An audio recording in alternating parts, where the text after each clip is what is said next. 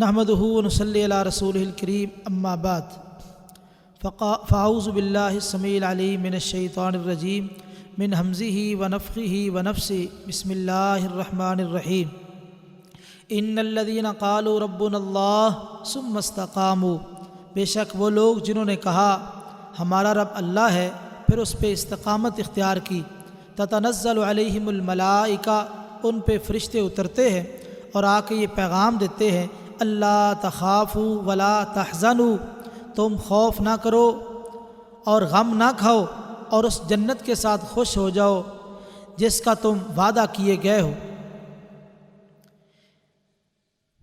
ہمارا خاتمہ کیسے اچھا ہو سکتا ہے؟ تو اس کا ایک بہت بڑا سبب استقامت فی الدین ہے۔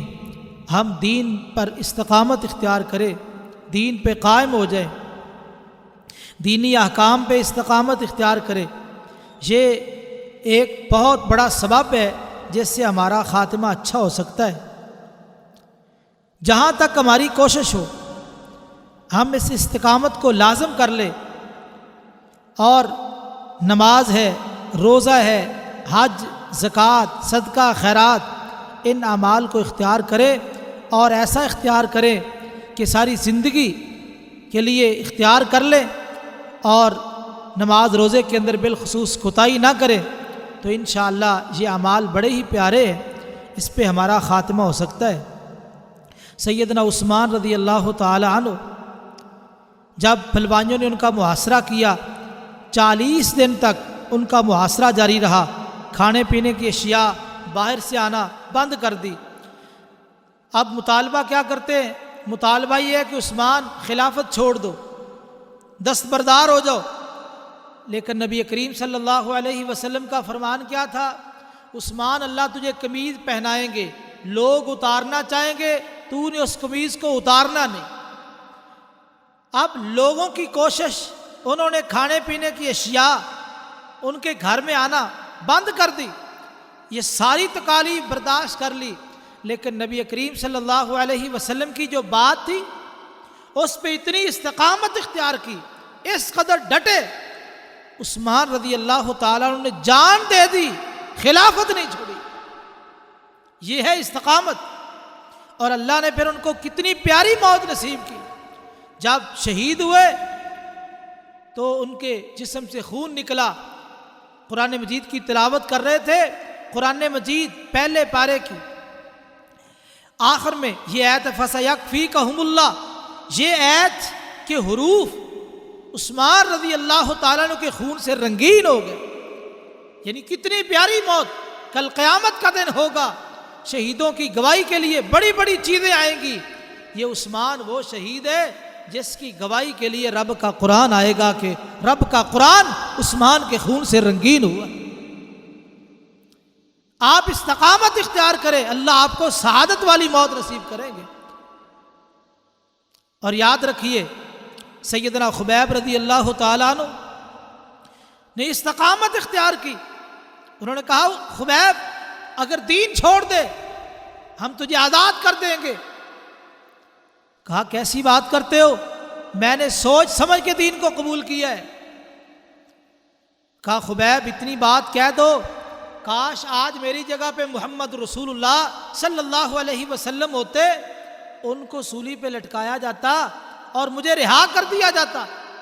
کہا کیسی باتیں کرتے ہو، میں یہ گوارا نہیں کر سکتا کہ خبیب کی رہائی کے بدلہ میں میرے محبوب پیغمبر کے پاؤں میں کانٹا چبھ جائے، تم ایسی باتیں کرتے ہو۔ اس وقت ابو سفیان نے کہا تھا، کہا لوگو میں نے بڑے بڑے لوگ دیکھے ہیں اور بڑے بڑے پیروکار دیکھے ہیں اور بڑی بڑی محبت کرنے والے دیکھے ہیں، لیکن جتنا پیار اصحاب رسول اپنے رسول صلی اللہ علیہ وسلم سے کرتے ہیں اتنا پیار کہیں اور نہیں دیکھا گیا۔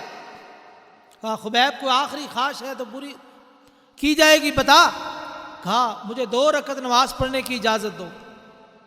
کہا ٹھیک ہے، نماز شروع کی، نماز پڑھی، جلدی جلدی پڑھی، تمام ارکان پورے کیے لیکن جلدی پڑھ لی۔ نماز پڑھ کے کہتے ہیں دل تو چاہتا تھا کہ زندگی کی آخری نماز ہے، جی لگا کے پڑھوں، لمبے لمبے رکوع اور سجدے کروں، لیکن میں اس بات سے ڈر گیا کہ کہیں کافر یہ نہ کہے خبیب موت کے ڈر سے نماز لمبی کر دی۔ خیر انہوں نے سولی پہ لٹکایا، کوئی نیزہ مارتا ہے، کوئی تیر مارتا ہے، کوئی تلوار مارتا ہے۔ خبیب سولی پہ لٹکے ہیں اور سولی پہ لٹکے بھی کیا کہتے ہیں، فلست بالی حین اقتل مسلما علی ای شق کان للہ مصرعی وذالک فی ذات الالہ وان یشاء یبارک علی اوصال شلب ممزعی۔